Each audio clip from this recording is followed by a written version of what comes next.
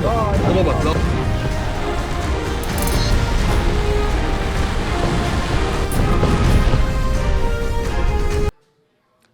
हुए, परेशान, लाचार, बेबस हो चले हैं ट्रंप।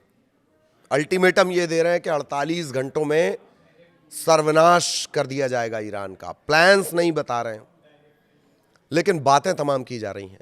कहा यह भी जा रहा है कि अपना सबसे खतरनाक हथियार वो मैदान में उतारने वाले हैं, जो इस जंग के रुख को बदल कर रख देगा। फिर कौन उन्हें कह रहा है कि ये तो बेबस और लाचार है?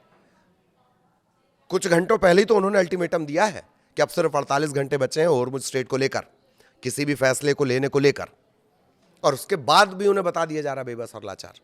नमस्कार, मैं ललित प्रजापति। इसी के इर्द गिर्द चर्चा। 48 घंटे की धमकी दी गई ईरान को, जवाब तत्काल आ गया।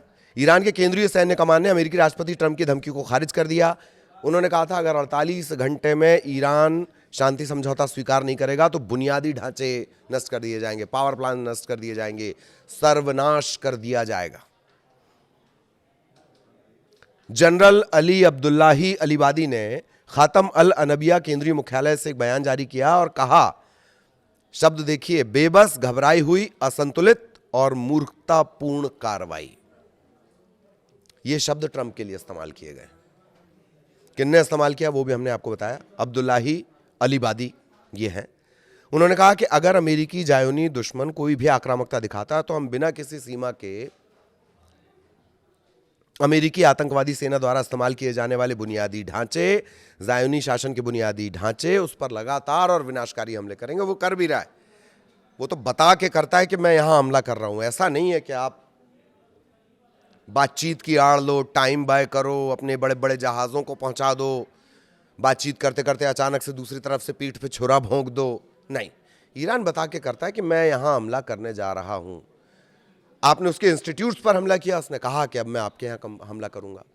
आपने फिर हमले किए, आपने पावर प्लांट पर हमले किए, उसने कहा कि मैं आरओ प्लांट, डिसैलिनेशन प्लांट जो होते हैं साफ पानी वाले, 70 से 90% तक जो पीने का पानी है खाड़ी देशों को, उन्हीं डिसैलिनेशन प्लांट से आता है। उसने कहा मैं वो उड़ा दूंगा। वो उड़ गए तो सोच लीजिए 6 महीना लग जाएगा बनने में। अब देख लीजिए कि प्यास से मरना या मिसाइल से। खैर, वापस आएंगे। ये साफ कर दिया अलीबादी ने कि अगर आप कोई ऐसा हमला करते हैं, जायोनी वो इजराइल के लिए, ज्यूइश इजराइल के लिए बोल रहे हैं, अगर आप हमारे बुनियादी ढांचे पर हमला करेंगे तो हम भी बराबर से हमला करेंगे। ट्रंप ने ट्रुथ पर क्या लिखा था याद है? जब मैंने ईरान को समझौता करने या होर्मुज स्ट्रेट खोलने के लिए 10 दिन का समय दिया था, समय तेजी से बीत रहा है, 48 घंटे बाद उन पर कहर टूट पड़ेगा। इसी के जवाब में, इसी ट्रुथ पर जो ये लिखा गया, बोला गया, उसके जवाब में अलीबादी ने कहा है कि इस संदेश का सीधा सा अर्थ है कि नरक के द्वार तुम्हारे लिए खुल जाएंगे, नरक के द्वार तुम्हारे लिए खुल जाएंगे। ट्रंप ने होर्मुज स्ट्रेट को लेकर ईरान को चेतावनी दी थी। होर्मुज स्ट्रेट के चलते तमाम जगहों पर पूरे विश्व में एक तरह से ईंधन संकट जैसी स्थितियां आ गई हैं। और कल ही हमने आपको बताया होर्मुज स्ट्रेट तो अलग है, दूसरा जो जल डमरू मध्य है, दूसरा स्ट्रेट एक और पास में है, उस पर भी नजर है ईरान की। ट्रंप ने अपने सोशल मीडिया अकाउंट पर लिखा, मैंने ईरान को खाली कर 48 घंटे में हम कहर बनकर टूटेंगे। ईरान में नष्ट किए गए अमेरिकी लड़ाकू विमान पर ट्रंप प्रशासन ने अभी तक कोई आधिकारिक टिप्पणी दी नहीं, कर भी कैसे सकते हैं। हां, साहसिक बताते हुए उन्होंने यह जरूर कहा है कि जो पायलट को रेस्क्यू किया गया है, पहले कुछ क्रू मेंबर रेस्क्यू कर लिए गए थे, फिर पायलट को भी रेस्क्यू कर लिया गया। पहाड़ियों के बीच में ही पायलट छिपा हुआ था, अब तक जो जानकारी है। ईरान भी इसकी लगातार खोज कर रहा था। ईरान ने तो बाकायदा 30,000 50,000 डॉलर का इनाम रख दिया था। ईरान ने, मतलब ईरान के जो कारोबारी व्यवसायी, उन्होंने ये इनाम रखा था इस पायलट की जानकारी देने पर। लेकिन फिर भी अमेरिका ने ऑपरेशन चलाया और उस पायलट को बचाया। कहा यह जा रहा है कि इसमें इजराइल का जो इंटेलिजेंस सपोर्ट है वो सबसे स्ट्रांग माना जाता है, चाहे वो मोसाद का हो या टेक्निकल इंटेलिजेंस हो, वो सबसे मजबूत माना जाता है। तो ईरान के जो इंटेलिजेंस सपोर्ट है उसने बहुत बड़ी भूमिका अदा की है। तो इजराइल, माफ़ कीजिएगा अगर मैंने इराक बोला हो, इजराइल का जो इंटेलिजेंस सिस्टम है और जो मुसाद है उसकी जो इन्फॉर्मेशन है वो सबसे ज़्यादा सॉलिड मानी जाती है।